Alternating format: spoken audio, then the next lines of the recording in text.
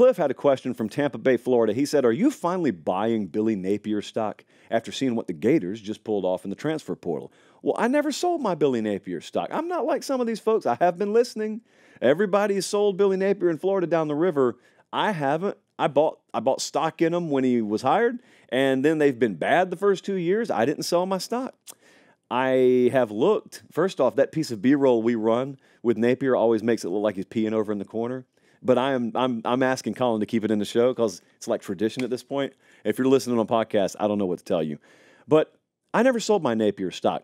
However, I have noticed what they've been doing in the portal. So they just took 15 overall kids in the portal, and it's got a lot of people excited. They locked down the number 5 overall portal class. It's Ole Miss, Oregon, Bama, A&M, Florida, Texas, Florida State. So it's a bunch of teams basically that you expect to compete for the playoffs, and then Florida's just mixed in, and A&M's in there as well. So they had the number 13 recruiting class this past cycle. They just landed the number 5 portal class. Elijah Badger was a critical addition. They just got him as a wide receiver from Arizona State. They had Pearsall come from there a couple of cycles ago and ends up being a first-round draft pick. I don't doubt the developmental piece at Florida. I certainly don't doubt the evaluation piece. They're doing those things very well. It's just they need time. They always have needed time. The inside offensive lineman, they got him from USC. They got Cormani McClain, really interested to see how he pans out. The former top-rated DB in the country from like last recruiting cycle. He's there now. So there are no guarantees here. I'm always very careful when I talk about Florida.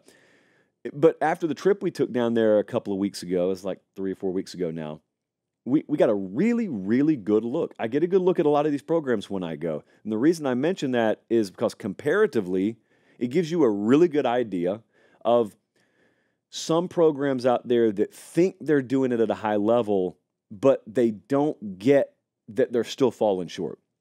There are programs like that. Like when I'm at Georgia, there's no doubt.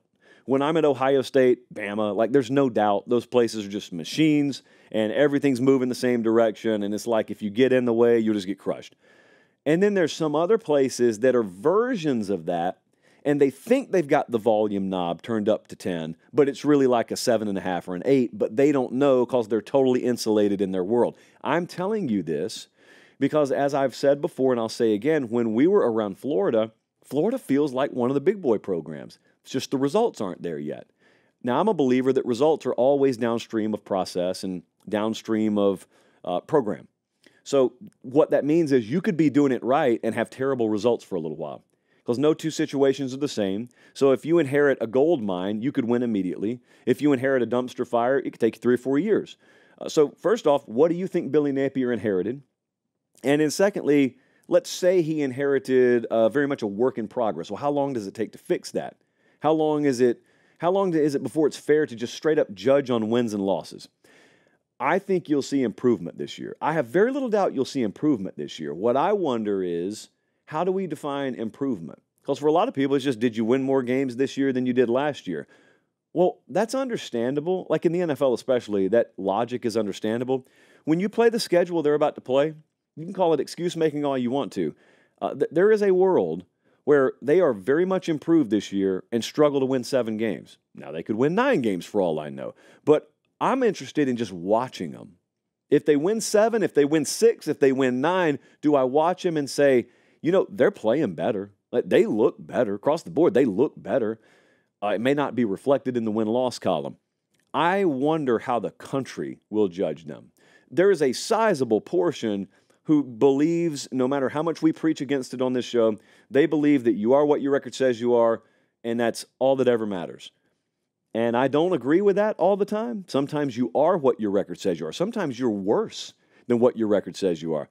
Sometimes you're better than what your record says you are, because not every 9-3 is equal in college football. It really isn't even in the NFL. No one goes 9-3 in the NFL, but it really isn't even equal there. But it's much more calibrated at the pro sports level than it is at the college level. So to answer the question, I've still got all my Billy Napier stock. A lot of you have sold on it. A lot of you call me foolish for still buying into it. Well, okay. There's no guarantee it's going to work out. I'm just telling you, I've been around a few of them, and I tend to trust my instinct on knowing who hasn't and who doesn't. But I've been wrong before. So, it's not like I'm claiming I'm batting 1,000 here. I trust that they're doing it the right way there. So I think they'll be improved this year. I think this portal class, especially at the wide receiver position, they needed that last edition pretty badly. I think that'll go a long way in deciding, along with now like offensive line. Still questions there for me, but edge rusher as well. We'll see. Very interesting team to watch. Big week 1 game against Miami. Very big. They don't ease into it down there.